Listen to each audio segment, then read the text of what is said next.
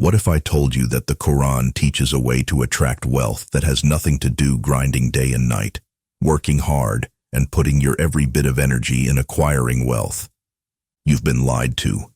Hard work doesn't make you rich. Saving every penny won't either. The real key to wealth? It's something much deeper, and it's written in the Quran. Most people think if they just grind hard enough, work long hours, and stash their cash, wealth will magically appear. But why do some people work 14 hours a day and still struggle, while others barely lift a finger and money flows to them? In this video, we're going to uncover the real secret to becoming rich, straight from the Quran. And here's a hint. It has nothing to do with how hard you hustle, and everything to do with what Allah creates for you. Take a look around. Isn't it strange that some of the richest people on earth inherited wealth, or just got lucky with one idea, or stumbled across the right person at the right time? Now compare that to a man driving a rickshaw in the heat, 12 hours a day, every day, or a woman cleaning offices at night while also raising children.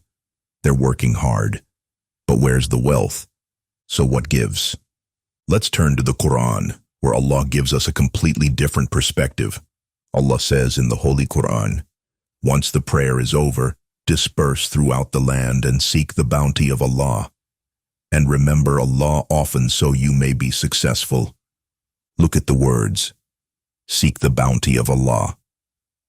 Allah is clearly telling us that wealth, real wealth, comes from His bounty, or fadl, not just from the sweat on your back. So yes, you make effort, but it's Allah who creates the opportunities. You could be the most skilled person in the world, but if Allah doesn't open the right doors, you'll stay stuck. On the flip side, someone could have average skills, but Allah places them in front of a golden opportunity, and just like that, their life changes. Let's talk about Qarun. His story is in Surah Al-Qasas in the Holy Quran. Qarun was one of the richest people in history. Allah says, "We gave him treasures whose keys would burden a group of strong men." His wealth was massive. But how did he act? He said, "I was given this wealth because of a knowledge I have." Sounds familiar? People today say, "I'm rich because I worked harder than everyone else," or "I'm smarter than the average guy." But what happened next? Allah destroyed Qarun and everything he owned. The earth swallowed him. Just like that. Why? Because he was arrogant. He thought his own knowledge and effort made him rich.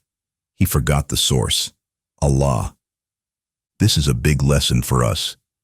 Don't think your degree, your business skills, your long nights grinding are what bring wealth. These are just tools. The one who writes the outcome is Allah. You've heard this phrase before, "I'm a self-made millionaire." But in Islam, this idea is dangerous. Nobody is self-made. Every breath you take, every heartbeat, every person you meet is all under Allah's control. When you start thinking you made it happen, arrogance creeps in, just like Qarun. And remember what happened to him? Instead, we say, "Alhamdulillah, Allah gave me this." Even when you work hard, it's Allah who gives you the energy, the time, the connections, and the results. So what should you do? Let's break it down into real steps. Taqwa is the foundation. The more you obey Allah, the more He opens doors, not just spiritually, but financially too. Want risk? Build your relationship with Allah. Pray on time, make dua, avoid interest, be honest in business. That's the real hustle. Make effort, but don't obsess. Yes, you still work, you show up, you plan, but don't think your effort is what makes things happen. Work like it depends on you. Trust like it depends on Allah. Look for barakah, not just numbers. Sometimes you make $500 and it lasts the whole month. Other times, you make $5,000 and it disappears in a week. That's the difference between wealth with barakah and wealth without it. The Prophet, peace be upon him, said, "A little that suffices is better than much that distracts." Ask Allah not just for more, but for barakah in what you already have. Make dua for opportunities. Dua isn't just spiritual, it's practical. Make dua for Allah to open doors, to send you good people, good deals, new ideas.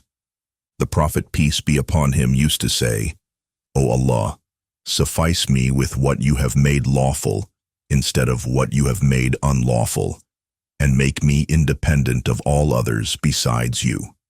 That's a powerful mindset. Give Sadaqah even when you're broke.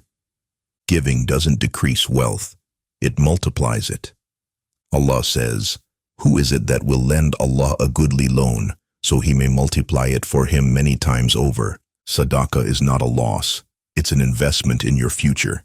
Even a small amount, given with sincerity, can open the gates of risk like nothing else. So remember, hard work is good, but it's not the source of wealth.